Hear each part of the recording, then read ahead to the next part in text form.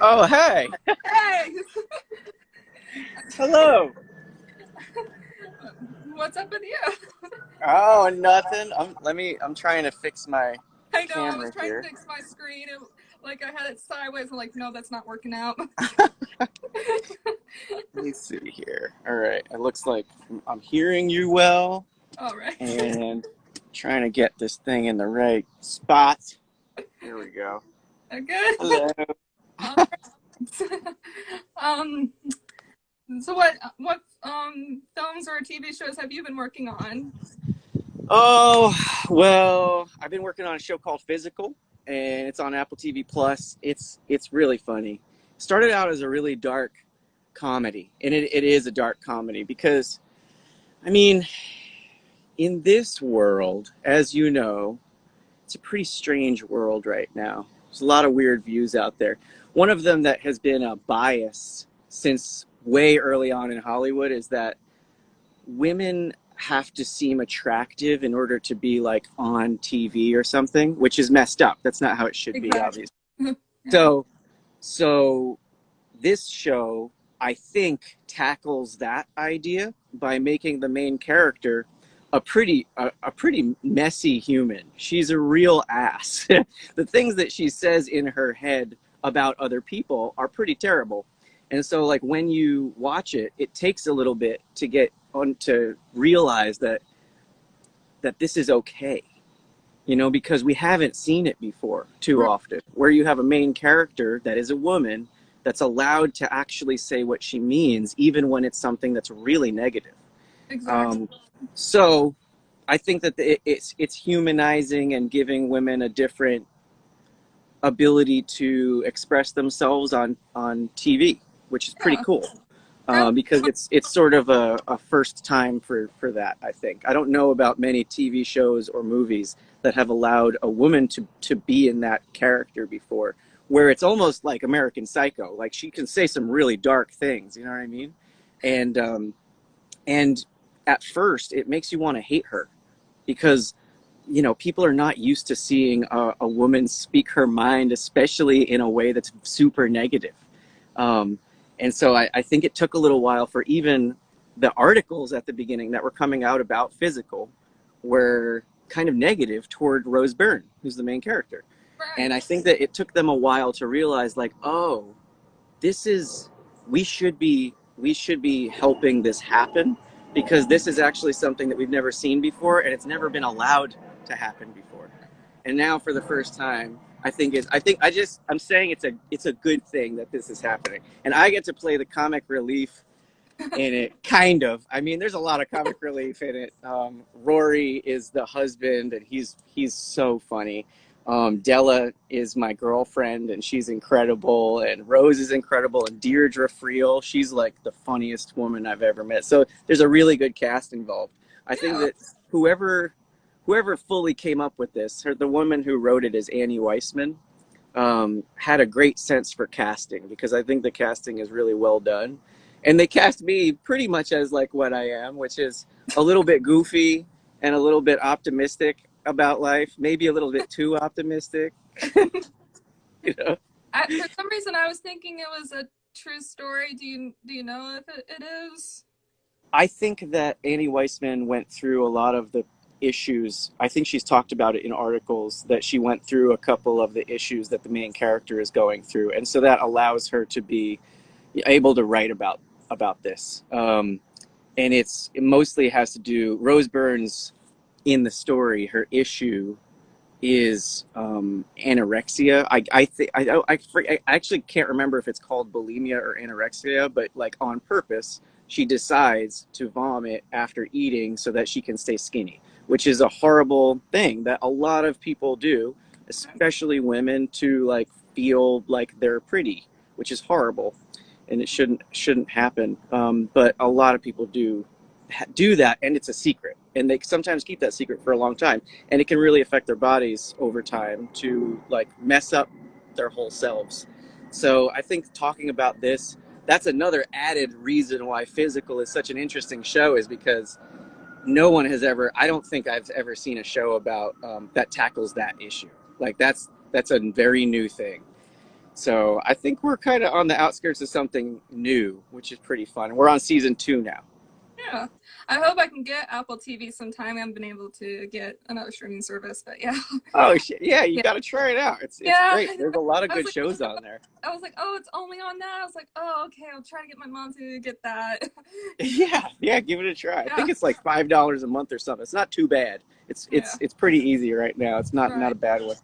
right. It's not like Netflix that's like putting up, what is it, like $20 now to have Netflix? I can't remember. Really? Like, see, I don't have Yeah, that. they just upped their price big time. Oh my I don't know. I gosh. think it's kind of crazy of them.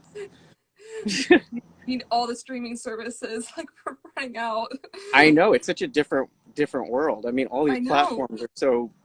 I mean, they're starving for content, which is a really good thing for actors because it means that there's just going to be more and more shows that are Right, that are fighting against each other to capture the audiences. So there's right. going to be more and more parts to play, and that's great for me. So I'm not complaining. So tell me a little bit about yourself, about Um, how you came to know about my stuff, and oh, also why you wanted to talk.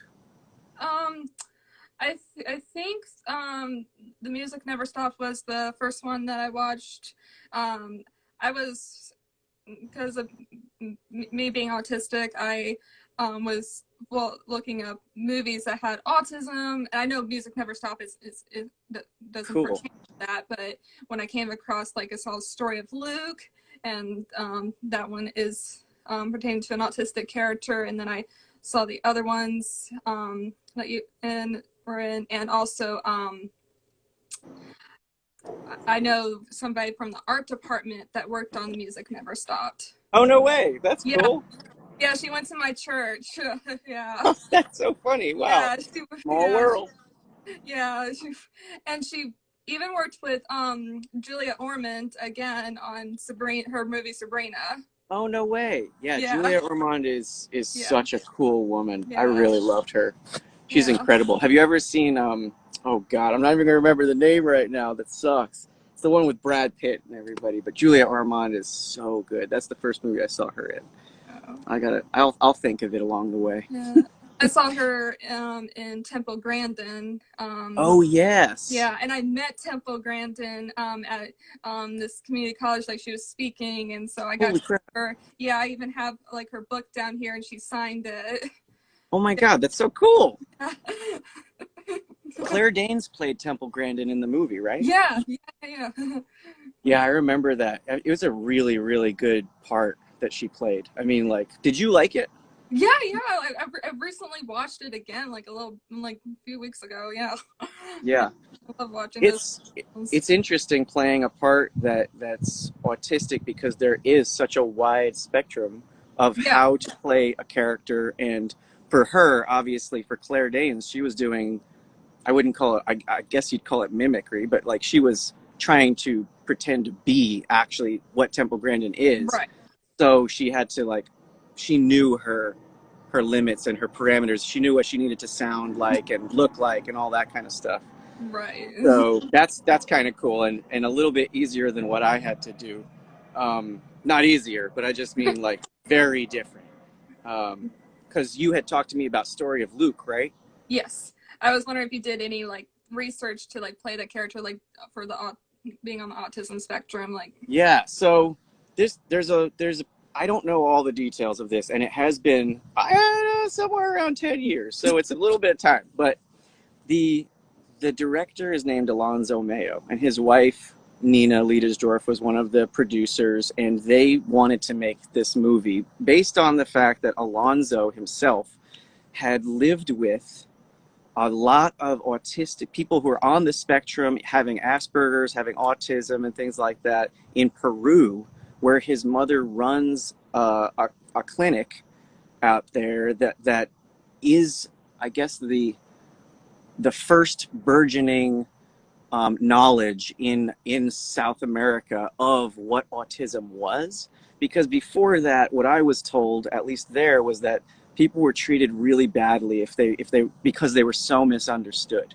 So it was treated like they would be punished for what they were doing. They'd be like put in a closet or something, you know what I mean, in school, because people couldn't figure them out. And that happened also with people who had like hyperactivity disorder, ADD, because they couldn't, you know, figure out how to handle them until they realized, oh, this is an actual, you know, neurological issue. So anyway, he was on the outskirts of that because his mom, Alonzo's mother, was doing all of this social work to advocate for them and say, like, look, these people are truly just people, that you just don't understand them, and, you know, send them to me and I can help them enter society. And she was trying to come up with, I think, as far as my story goes, ideas of how to integrate people back into society in a meaningful way that would help them and help, you know, the people around them. So Alonzo grew up with a lot of people on the spectrum, and one of them that he was the most interested in, I don't know if it was a specific person, I think it was a lot of people that he was working with, that he was just being around, were going through that transition from boy to man or from girl to woman, in that they wanted, usually at a later age than a normal adolescent, you know, child or something, the age was more like it could be in their 20s or 30s or 40s, but at some point it seemed, people with autism that he was around wanted to get a job, or they wanted to integrate into society somehow, they wanted to live alone, or they wanted to have a relationship that wasn't, you know, supervised, or whatever it was, that they wanted to have their own true life. And so I think he wanted to talk about that. He just wanted to have a conversation about it. And instead of just writing a bunch of articles or something, he made a movie. Yeah. And his script was really, really good. Right.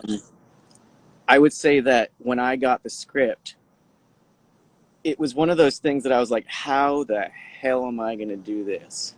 like, what do I do? You know, it wasn't written in there.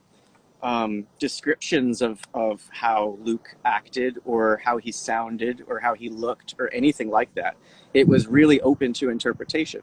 So I contacted Alonzo and I said, hey, I know that you gave me this offer and I really appreciate it, but I have no idea how to do this. I have no idea what to do. Do you have any ideas? And he was like, well, I have some ideas, but you know, I'd like you to come up with something. I'd like you to meet some people. And so he was making it up in a little town called Sault Ste. Marie in Canada. And it's just on the border of Canada and America, right near, like, I think the border of Michigan. So anyway, we're up in Sault Ste. Marie finally. Like, I've been waiting for a year to do this movie. I still don't know exactly what the hell I'm going to do. And we have 2 weeks. We have 2 weeks to come up with a character. And yes, I had done some research on it for sure. And I had some vague ideas, but I really didn't know exactly what I was going to do, until he said, well, I want you to meet 3 kids, that are in the same age range as Luke. One of them was about 20 years old. Another one seemed to be about 13 or 14. And another kid seemed to be, I think he was about 20 as well. They all had they were all completely different parts of the spectrum. One, this kid named Sebastian, I believe was his name, he was nonverbal. So very, very far on the spectrum, I guess you'd say. And then one of the kids, he had something called, do you remember? It's something X. Have you ever heard of this? It's something X. I can't remember what it's called. It's on the spectrum. It's very similar, but it's not autism or Asperger's or anything, I think. Anyway, he had a very different syndrome. And like, so I went to visit these people. Like, one of them, I went to their house and I saw how Sebastian lived as like a 13 or 14-year-old. And it turned out that he could write very well. He could write on, you know, comparatively to how he couldn't speak. He could get out all of his ideas and things in a meaningful, like, controlled way where he could talk to people and communicate over email, over the internet. He could figure all of that out much easier than he could figure out his body, You know what I mean? And so talking to him, talking to his father was very helpful to me. And seeing, I guess what I saw in Sebastian was his anxiety. He had a very high anxiety that seemed to keep him in a sort of nonverbal state. That he was always, it's almost like someone who has a stutter, that the stutter got so bad that they actually can't talk. And so it felt like it was based in some kind of a fear of, I don't know.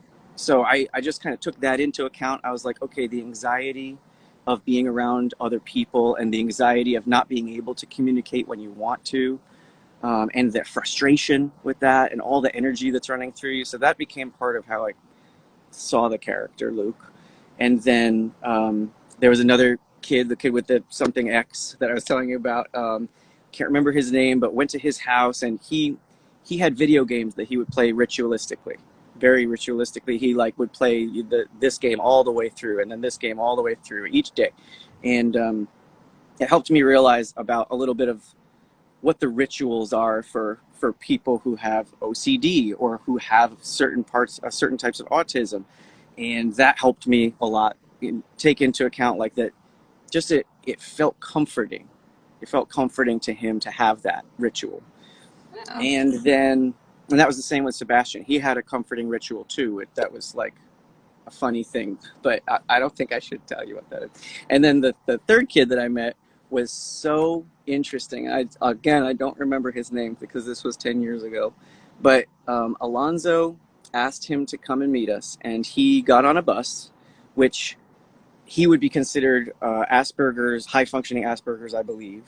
Yeah. And he got on a bus to come meet us at my hotel, which is asking a lot.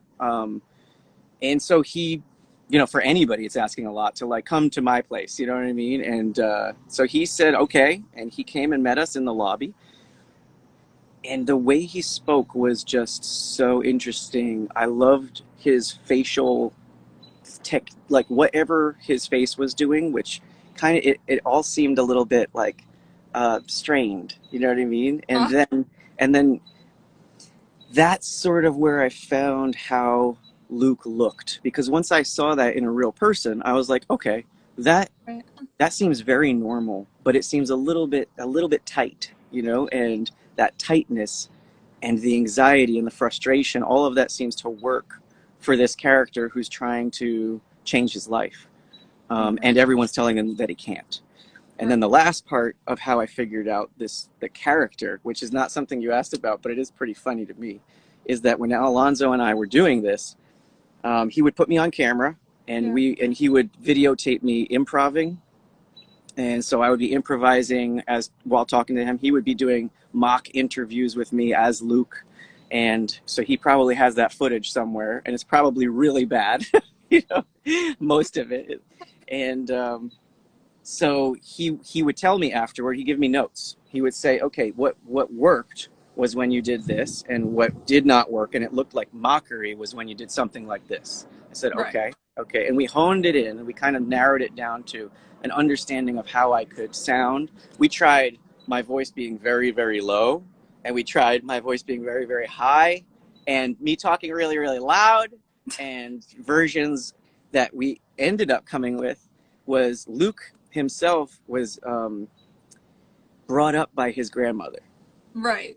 Yes. And so once I realized that, you never see the grandmother in the whole movie, but she's talked about, and you know about her. You know that she was kind of a tight woman, a woman who was kept a good control over Luke, and didn't let him get away with stuff, and gave him everything he needed. But when she was gone, had not given him the exact tools of how to like have a life of his own. So once me and Alonzo realized that, I was like, what if I just kind of walk, talk, and sound like a grandmother? So we came up with this sort of soft voice, this like soft, and in the movie, in Luke, the story of Luke, he actually quotes his grandma all the time. He says like, she would give us milk and cookies or something like that, or he would actually say what she said. And so I was like, what if he learned his voice from her, and he learned his walk from her, and he learned his empathy from her. And so I kind of was playing the grandmother in that movie, which is a strange thing, but it worked. It worked for me, and Yeah, I was just playing a very sweet grandma, who obviously then had the boundaries of autism, like not understanding certain social things on cue and all that kind of stuff. And once it all got mixed together, it turned into that character. So that's right. where that came from. Right, because your character wasn't like really close to the other family members. Like they were like still confused about him. Well, yeah, the other family members are all extended family. So they're like the cousins, the aunt, the uncle. By the way, I have an Uncle Paul and an Aunt Cindy. So that's very I funny. Yeah, I did too. I did too. Really? Yeah, and they were yeah, they were married. So like, I was like, wow. That's so interesting. That's really funny. He must have just picked the perfect names for aunts and uncles. I know. I was just So like, wait a minute. I was like, did say the it, wrong? I had it's that. always fun to find those things in a script that you relate to, that are really Yeah, simple, and they could be total coincidence. It doesn't matter. It just makes you feel at home in a character. It makes you feel yeah. like, oh, I'm just talking about my life. And that way you don't have to act so much. You can just be yourself. You can just live in that world. So it was fun to say Uncle Paul and Aunt Cindy, because I was so used to saying those names already. I love that it was just a story that was just simple, just a part of like him growing up, and just adjusting through life. Not like, okay, we gotta add something like very spontaneous or something in order to make this character interesting. Like, no, no, no, no, no, just make it like so it relate to autistic people. Like, this is what you don't have to like add them going to some magical adventure or something. I don't know. Right. I fully agree with you. I don't think that Yeah, this really had been done before. I'm not sure. There may have been other movies like it, but I hadn't seen any right, that really showed from the character's point of view. Also, that's a big thing. I think what was special about it was that it was meant to be funny, that it was yeah, meant to be a comedy. And I think that is a really difficult thing to right, tackle, because you're talking about something that's very serious, that is sort of taboo to talk about. Like not a lot of people are very comfortable with it. And right. then you also want to make it funny. So Yes, we were also trying to skate this line for that film between, like, I had to walk this very thin line of being a little bit exaggerated and animated with the character in order for it to be a little bit absurd, but not to go too over the top, because then it would look like mockery and yeah, it would look like I was making fun of the character or something. yeah. I was wondering about that. Like, did after making this movie, like, or even both films per se, Music Never Stop as well. Like, did anybody ever like say like to you like, or you found anything like that's ableist or something like that's like mocking that or something? Did anybody ever come up to you or say anything about that? No one has ever said that, thankfully. I'm really happy about that, because that would have been really Right, sad for me. I would have felt really bad if I made somebody feel that way. right. Like, But I mean, I don't think so. I was just wondering if anybody like I had. don't think so either. I think built into the character is such a good empathy and compassion that it makes it feel very sincere. He is a sincere character, and I was sincere playing him. Right. So I was coming from a place of compassion and empathy and all that kind of stuff. So it helps to do that, obviously.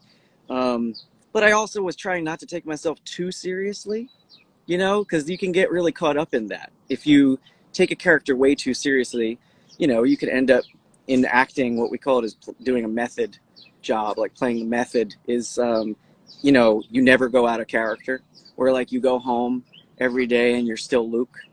Yeah. And I didn't want to do that. I just felt like that was crazy. I just felt like I have to keep a firm grip on reality for this whole thing. Right. Right. And when I'm on set, I can turn on all these things, and when I'm off, I can laugh and just be happy with everybody, and enjoy my time with the crew, and like just talk to people totally as me. So yeah, I tried to keep it like that. Oh, somebody just wrote that they agree they captured the essence of fun loving. Thank you. Did you know anybody on the autism spectrum, like in your family?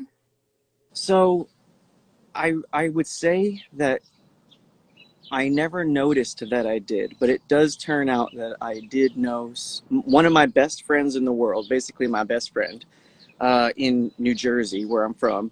Her sister is, I think, is considered on the spectrum. Huh? Um, I don't I don't know enough about this stuff to know how to talk about it sometimes, because there's different like labels that you want to put on people, and some Right. of them are now offensive that weren't offensive and all those type of things. But she's socially, it's very difficult for her, and she got a job doing groceries at the local supermarket, which was a big deal, and she's been doing that for like 10 years now, which is great for her. Like she it betters her life to have that. Will she ever live alone? Maybe not. There's a lot of things that have to do with that, like just she has seizures, so that can be tough because you have to be around somebody, or else if something like that happens and you can't get on the phone and you can't communicate to people, then you could die. So it's, I think that those are the things I was around a little bit, but it was never really considered autism. It was actually just considered what people call slow. She just was slow or something. That's what I was told. Yeah. But I Yeah. don't really know what that means. I don't Yeah. think people actually do. I didn't know about like me having autism. I mean, till like, I mean, I always thought I had it, but it was never like diagnosed or anything. Like, and then when I got to college and I was really struggling with the classes and stuff, and I went to the which I've never been diagnosed with autism. She's like, you are autistic. You are. Wow. Yeah, it was like the doctors just kept denying it and such. I was like, yeah, I am. Well, isn't this true? I remember a statistic that someone told me when we were making Story of Luke, that it's much less usual for a girl to have autism than a boy. Isn't that Yeah, true? yeah. They like they were always more, I guess, focused on like seeing that a boy was, and then like I guess when like a girl like tried to explain that she has it, it's just more difficult to understand or something. I don't know. Right. Yeah. The girls who I did meet, actually, I met a few, not on a one-to-one interview basis, but just in my life since making the movie. Um, Maybe this makes no difference at all, but I'm just making my opinion is sort of strange, because it's always seemed that anyone that I met who was considered on the spectrum, who was a girl, always seemed very high functioning to me. Like I would not even have known. It was, Yeah. and I don't know if that's just coincidence or not, but do you run into that? Are there people who are all over the spectrum that you know of who are girls? Yeah, like for example, like at work and such, like when I finally like said like, I'm autistic to one of them, like a while back when in the beginning they're like, yeah, I was kind of wondering if you had something going on with that. I was like, Wow. yeah, I was like, and so now I feel like I have to be like, hi, I'm autistic Yeah.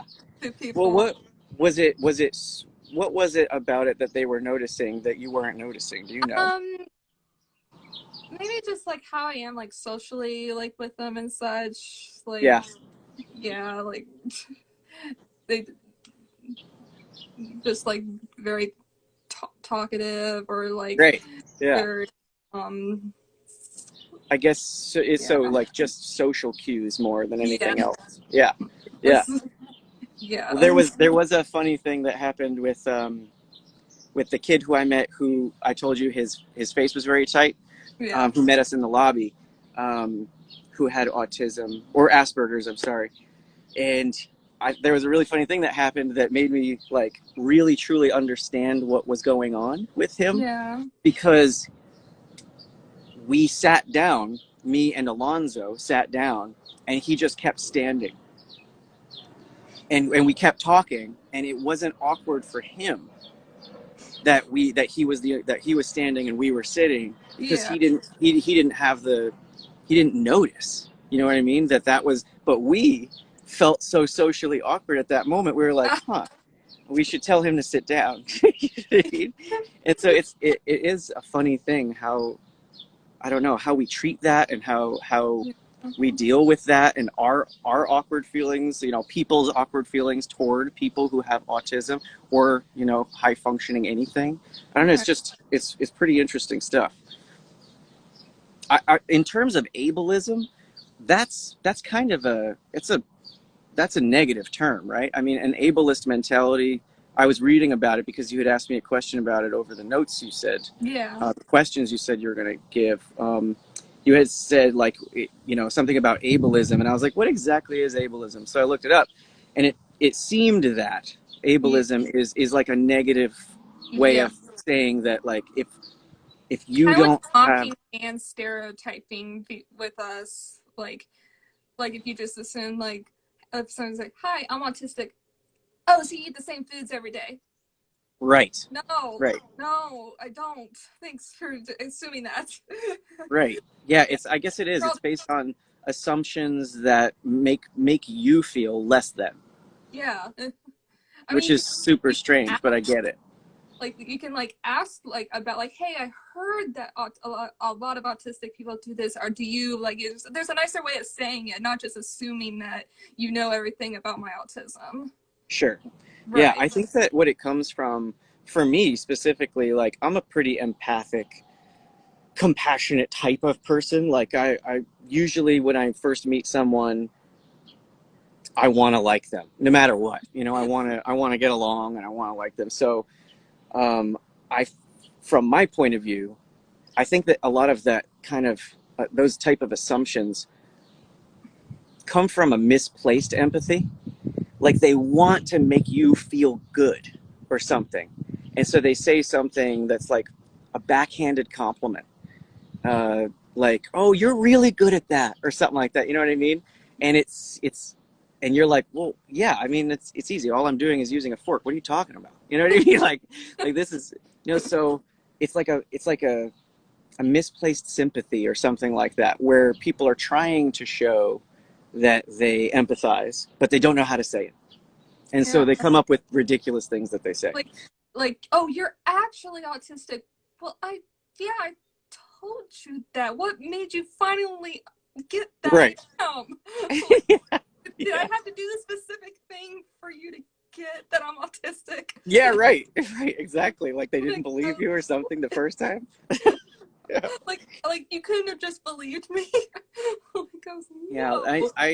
I feel like no one is going to be able to talk to you the way you want to be talked to, who has never felt the way you felt before, unless they have a family member or they have gone through it, you know, themselves in some way.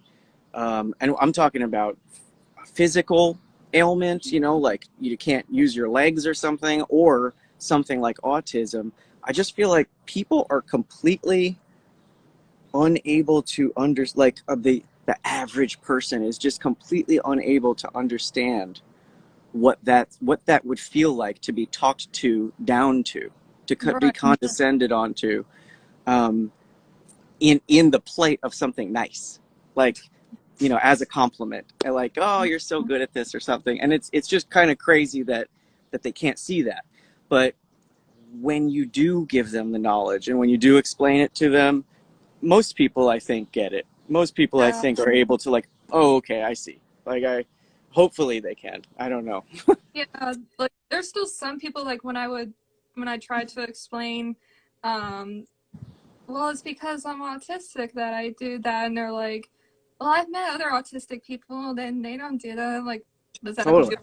Does that have to do with Right. anything? Or that Right. you? And then you have to explain like what the spectrum and how that works, and that's really hard to explain because nobody even knows.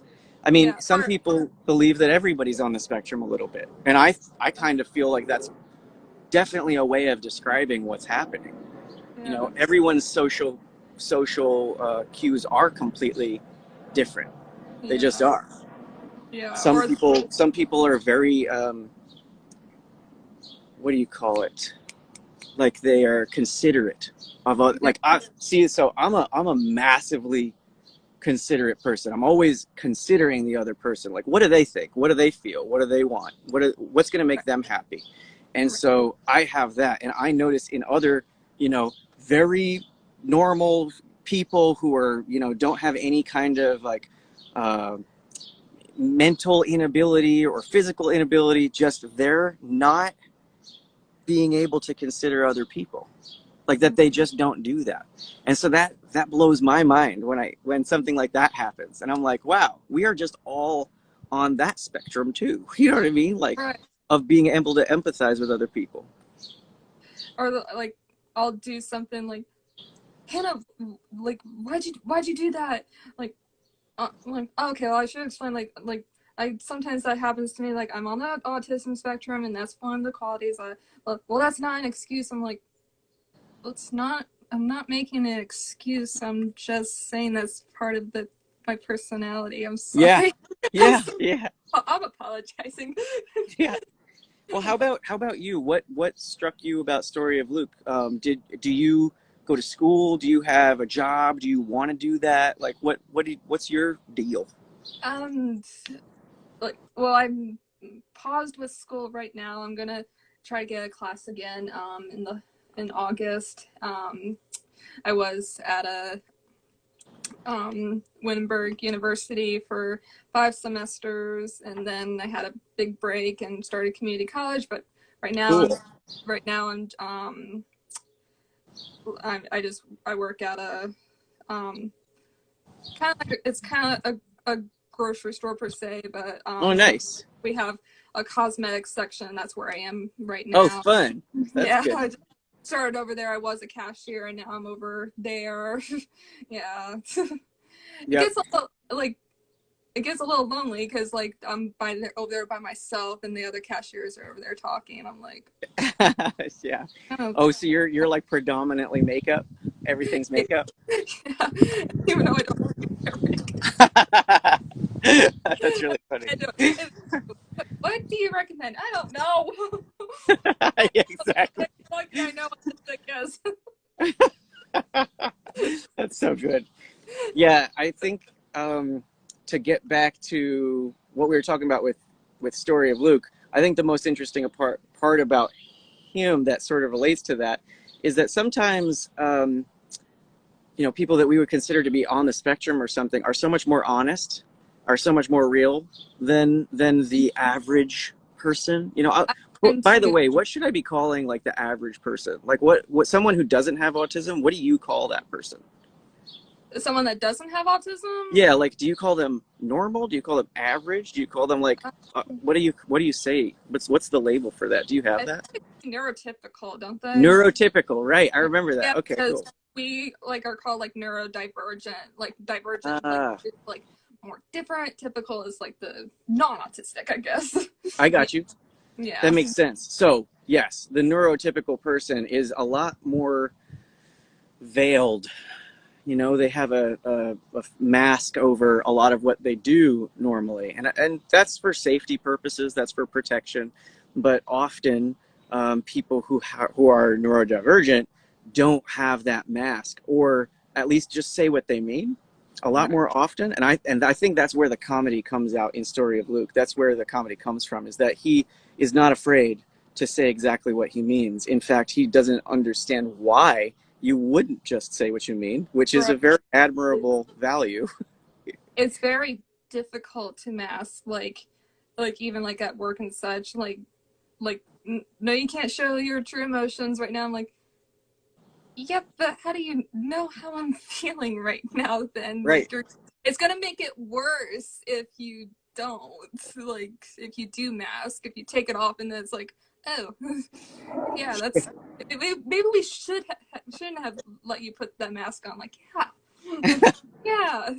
I mean, I think that anybody can act however they want to. It's just that it is funny that Luke in that movie specifically, what they were going for is that he's not only more honest, but he's somehow more aware of what it is to be a good person Right. and to be an empathic person. He has his shit together better than anybody in that family, and I think that that's the funniest. That's where the absurdity and that's where the comedy comes in. Yeah. Is that family is so what do you call it? Dysfunctional.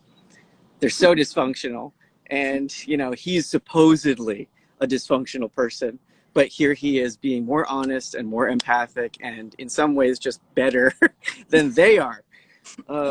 So I think that's where the comedy comes from. And that's why I do love that movie. And I'm glad that you liked it.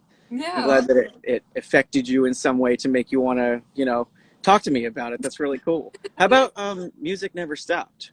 What did you Yeah. think of that?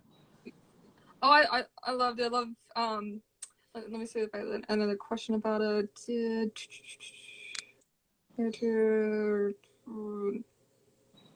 Music Never Stopped was really, really interesting. Apparently, it sat on a shelf as a script that was written for about 8 years at some big company like Paramount or Sony or something. And finally, this director named Jim Colbert took it off the shelf, dusted it off, and he wanted to make a movie. And he wanted it to be meaningful, and he wanted to, you know, be a good director. And so he decided to take this project that was originally a short story. Um, I cannot remember what it's called right now, but it's based on a short story in one of the Oliver Sacks books. Oliver Sacks, do you know a little bit about him? No, never. So I guess he was a music scientist, I guess you'd say, a music therapist. He created the what Julia Ormond is doing in that movie. He was the first one to experiment with music and the brain, at least so far as I know. And if he wasn't the first one, he was the one that at least brought it into the public view that this was a form of therapy. And it's just such a crazy story. It's such an interesting story about what happened because it's not all true, obviously. They had to create the narrative for the main character, but so many of those things in that movie are true. And when God, what's his name? What's the main character? Game. Gabriel. Yeah, when Gabriel. So when I'm remembering stuff from a long time ago for me, but when Gabriel would hear certain songs from when he was Yeah. 17, 18, he would just wake up like that, just like snap of a fingers. He would be back to being 17 or 18, even though now he was 35 or 36 years old, and he did not realize that all the time had gone by. I think that's such a cool story. You had to write it, you know. And J.K. Simmons was such a great dad in that movie. Yes. I just love that guy. He's one of the sweetest people I've ever met in my whole life. He's the type of person who you could just call and say, hey, I wanted to work on this a little bit. Do you mind just getting together in Los Angeles and just reading some stuff with me? And he was like, yeah, sure. Come on. Over. So we will go outside and went to a restaurant and just like talked about everything. And he's been acting forever. You know what I mean? So that's asking a lot of a person like that, because a lot of the people who have been acting forever do get pretty jaded to the whole experience. They know that they're not going to meet the actor again ever again, probably. You know what I mean? They know that they're only going to work on this thing for maybe a month, and then they won't see you anymore. So like certain actors just only dip their toe into meeting people that they're working with, and certain actors are just really sweet and really open and really nice. And J.K. Simmons was one of them. So that was pretty cool. But yeah, it was difficult. It was very difficult to figure out how to play that part, and I honestly don't know if I did a very good job No, with great. this. Well, the stuff that he did when Gabriel was more catatonic, Yeah. that it always like it's hard for me to watch because it feels weird to me. It feels like I don't know if that looks real or not, and I tried to do as much research on that as I could. You know, Oliver Sacks is also played by Robin Williams in the movie Awakenings, and Awakenings is an incredible film. Have you seen it? Yeah, yeah. I That's think Oliver Sacks. He yeah. actually woke those people up in I think it was the 70s or I can't remember, the 80s or something. But he woke up all these people from a catatonic state with a drug, with L-dopamine or something like that he was playing with. But it only worked for like a month, and that's what the movie's about, is these people Yeah. who wake up and then go back, and it's very sad. But that Oliver Sacks, Jim Colbert, the director of Music Never Stopped, actually got me an interview with Oliver Sacks, which this was when he was alive. He died a few years ago, and it's super sad because he was such an incredible scientist, and his work has done so much for our world. Um, he's written a lot of really good books, if you're interested in them, about music and the brain that are really fun. Anyway, I got to meet him and just ask him specific questions about the real Gabriel.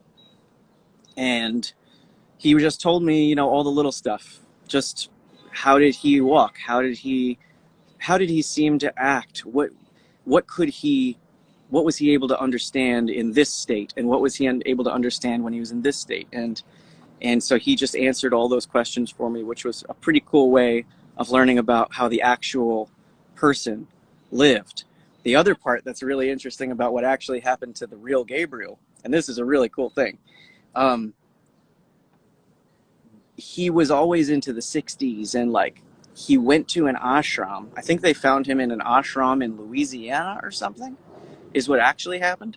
And the monks there believed that he was enlightened, like fully enlightened, and that he had gotten so enlightened that he was now only meditating because of his catatonia. They did not know that he had this brain tumor. I was just about to ask that because when I was showing my mom the movie, she was like, because she was like, wait, how did he actually get the tumor? Like, I know he was like gone for 20 minutes, but how exactly did he get it? Right, and no one knows how he got it. Okay. It's just that it came up as something that, like, out of nowhere. Maybe it was genetic, maybe it was environmental, it could have been anything. Right. He got a tumor in the part of his brain that deals with memory. And so he was always living basically in the present. If you can remember in the movie, Gabriel, when he's catatonic, he can still respond, Right. but only with like quick, witty quips, like puns and things like that. Things are like the first reflexive thing that comes to your mind, and then he totally forgot what you said. So, you know, he would look at a commercial about Coca-Cola and he would say, "It's the real thing." But then that would be it, and that's because of the slogan that he remembered from before he was catatonic. Like, Right. because that used to be the slogan of Coke, is "It's the real thing." So, like, you know, he could live in that present. And so the monks at this ashram there really believed that he was fully enlightened, and that he was just living totally in the present as some kind of a Buddha figure, until I believe he had seizure or something like that. And then they took him to the hospital, and they did a, I guess, CAT scan, and realized that he had that tumor. And then they called his parents, Gabriel's parents, and said, "Look, we found your son, who has obviously been gone for many years, and we think that you should help him because he has a brain tumor and all this stuff, and he's not able to function without him." I don't know if any of the stuff with how the father brought him into the music therapy is correct, but it's definitely where he ended up, because Gabriel ended up working. Oliver Sacks ended up working with Gabriel, and really changed his life, and changed the life of him having a relationship with his family. So that's pretty cool. Was it difficult to like transit? I forget which one came first. Story of Luke, Music Never Stopped. Was it difficult to transition from playing autistic character to like Gabriel's type of character? What, like, I don't think so. For a second though, I was like laughing, going like, "Man, I'm playing all of the characters that nobody else knows how to play." I just kept going like, wow, for some reason everybody keeps giving me the hard stuff. Like, this is the most challenging thing. But then again, I was doing that to myself. I think that was right after the recession hit. It was about 2008. I believe that script arrived for Music Never Stopped. I read it, and I was like, this is the coolest thing. Look at all the music in here, the Beatles and, you know, Grateful Dead, and so I went after that one, and I said I would really love to meet the director. Would he meet with me? And they said yes. And it was the first time I had ever sold myself. Like, not sold out. I don't mean that. I just mean, like, I went and sat at an interview, and I said, "Jim, I know how to do this. I am going to play this character. better than anybody else. Let me do it. And he said, okay. It was very interesting for me. I had never done that before. Usually I had always been like, okay, if you think so, I don't know. But Every time a song comes up from that movie, like if it's like playing at work, I'm like, guys, I know this song. It's Grateful Dead. Blah blah blah blah blah blah. oh yeah, Like, is that like, what's that one? Which song is it? I think they play Truckin' or like Yeah, Truckin'. yeah, That's a great yeah. one. But I like the one at the end. I think is that called Touch of Blue or something like that? Touch of Grey. Touch of Gray. Yeah, that's what And it I is. didn't know that for a while because I couldn't hear that part in the song. I just kept, I will get by. So I'm like searching, Yeah, what's I will get by song? What's that yeah, song? yeah. I know. I think I was actually singing the wrong words to that song Oh, I'm in like, the end scene. I'm going, I will survive. I had bad hearing, so it's like I sometimes just have like gibberish, like when Yeah, I'm like with songs. Sometimes we're like, yeah, that's not even English. I'm like, I'm just hearing what I'm hearing. Okay, guys. That totally. would have been cool if like this isn't a question, but like combined like the music therapy with the autism. Like that would have been been I don't awesome. know. Yeah, I mean, do you know of any work on that? Any research on that? Like where people have Um, worked with music therapy in autism or Asperger's? I'm not for sure, but I just was like thinking your movies, and I was like, oh, that would have been cool to combine those two. That would be That's totally cool. Yeah. awesome. Yeah, exactly. I think we have to base it on like I think the best way to do it is base it on real life. Like Yeah, find that experiment where yeah. people are doing that and then write about Like that anybody narrative. doing this because this would be awesome to do. Yeah, yeah. Um, Well, I'm almost close to the point where I have to go, so I just wanted to ask, do you have any more questions or do you want to not ask any questions to anybody else? I think not people can like type in stuff. right. Not necessarily a question, but I do try to reach out to actors and such. I am Cool. working on I don't know if you saw that because it wasn't in the number list, but I had it at the bottom. I'm working on a screenplay. Oh, nice. It's unpublished though, but I have it like completed in a way that somebody else would have to edit it, and I would love for you to be a part of it. Like it's like if you would like to read it, I All have I can say is there is a need for your voice and there's a yes, need for content right now. yeah, So, I mean, there are so many things that are working for you yeah. in getting that out to people, I think. So, all I can say is just like work on it as much as possible or find that editor that you need and get it out into the world because that's the coolest thing that could possibly happen. It's it's live action and animated. Oh, fun. That's so Yeah. awesome. I've been watching an animated TV show recently called Undone. Have you heard of it? It's on Nope. Amazon, I think. It might not be on Amazon. I don't know. I can't remember. But it's It's very good. it's a short one. It's a short screenplay though. Could would it be possible if I could send it to you and you can look at it whenever you get a Sure. Yeah, yeah. please. Yeah, of course Yeah. send it. Yeah. Yeah, of course. I just saw I don't really do Instagram live obviously too much I ever. don't This either. is So my like first time. it took me a So while. Like I am not someone even at just a good angle right now. You can see that I'm not. This is not how I wanted to sit. That's Really. okay, no problem, no problem. But somebody was asking a question, and I would just say, could you type that question again? Because I can't see it. So Yeah. ask that question now, and I'll tell you what I can see there on the comments, and then I'll answer whatever you got to say. Yeah. Okay, how do I see this? Oh, here it is. Personally, I love music never stopped. This is from Harry Potter Chronicles. My brother had a brain tumor when he was a kid. He was in a coma. He did not respond to anything until a nurse played Beethoven to him. Music therapy works. Whoa, that's really cool. Oh my God, that's so cool. Um, and then Mon Marshy, do you think Alex from The Horseman was on the spectrum or had maybe mental health problems? I've been wondering for this for a while, so I've been wondering about your opinions. Oh, this is great. Um, have you seen Horseman, Hannah? No. No. Okay, No. it's a weird, dark murder mystery movie. It's a strange movie, and it's kind of gross. There's a lot of like gruesome stuff in it. Great director, and it's a it's really difficult. I guess I'm going to have to give away the whole thing by talking about it. But all I would say is that Alex, I think, is definitely experiencing mental health issues. The character I played is definitely experiencing that. I didn't play it like that though. I didn't say like, oh, can I, you know, do I think that this kid has a certain thing, has a certain ailment, or has a certain mental way of thinking or anything like that. I just played him as a normal guy who was very basically abandoned by his family. You know, like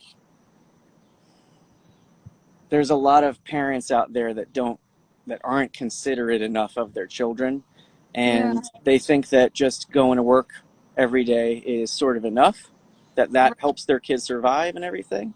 Right. And that is true, but having a relationship with your kids is actually extremely helpful for everybody, to have a good development in their lives and in their child brains.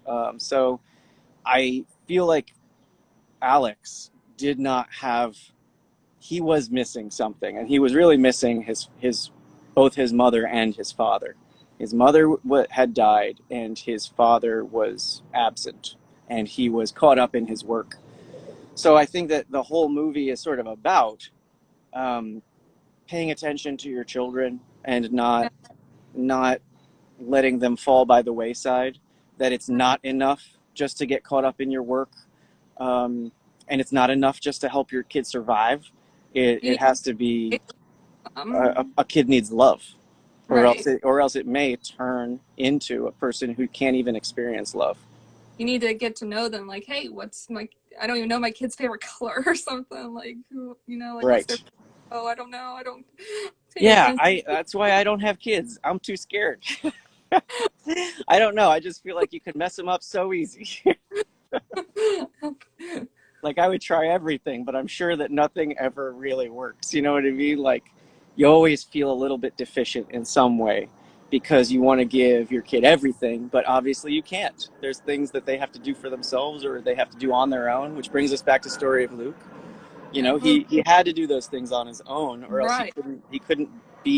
he couldn't have dignity. And he wanted dignity more, I think, than anything else, is to feel like a fully capable human who was able to take care of himself and self sustain. And Right. that gives you a huge sense of dignity and trust in yourself.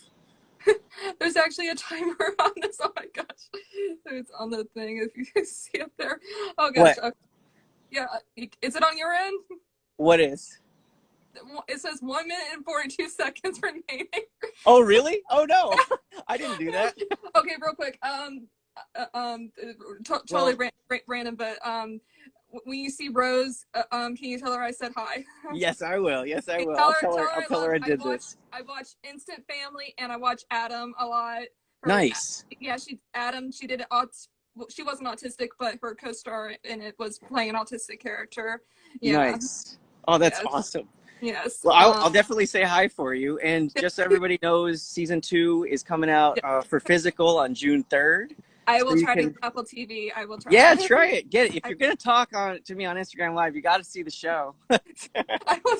I know. I'll try. I'll try to convince my mom to get it. I will. It's not.